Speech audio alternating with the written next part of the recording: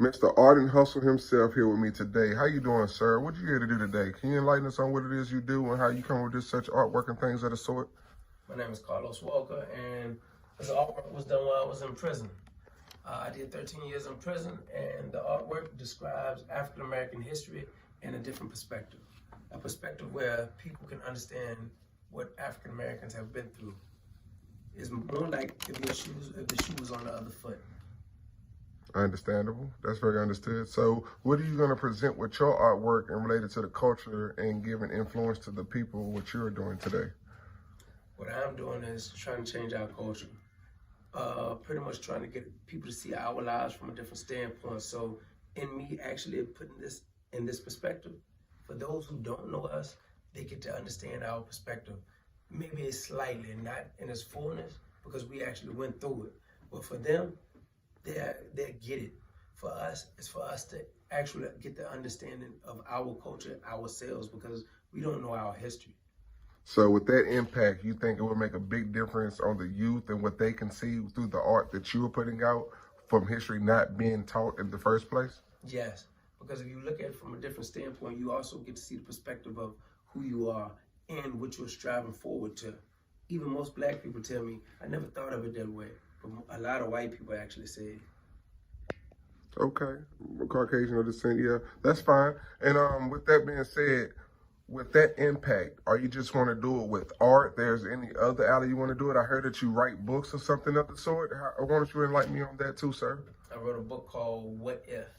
If you look at it on Amazon, Book a Million, Barnes & Noble, and Walmart, you can actually find it. You can also find me on Instagram at Walkers_Gallery2. And for the most part, pretty much, I'm just trying to get our message out. Make sure that people understand who we are. Okay, so do we expect anything big from you in the near future or any upcoming projects you want us to stay in tune with? Maybe a painting or a show or something? I do have a rap debate that's coming up. It's the first ever that I know of anyway. If there's somebody out there that can prove me different, prove it.